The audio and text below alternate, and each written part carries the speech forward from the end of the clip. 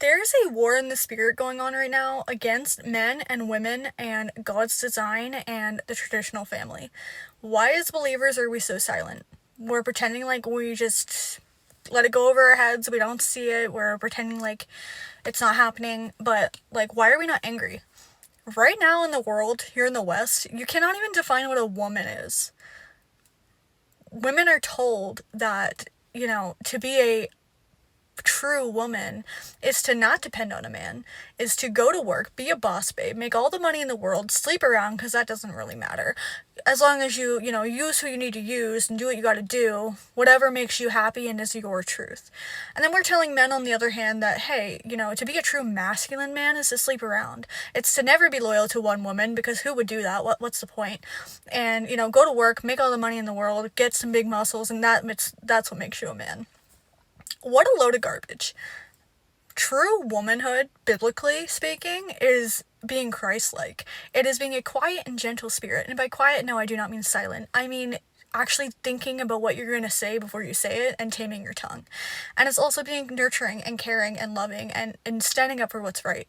And being a biblical masculine man is to protect and provide, but to be Christ-like. It is to be loving and kind and gentle and also standing up for what is right.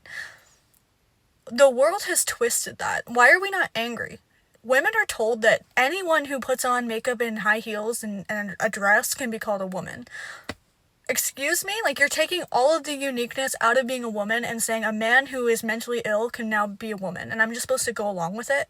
And men, why are you not angry? They're literally making guys out to be some buff, like, to be a man, you need to be a buff man whore, essentially, and go sleep with as many women as you can and never settle down.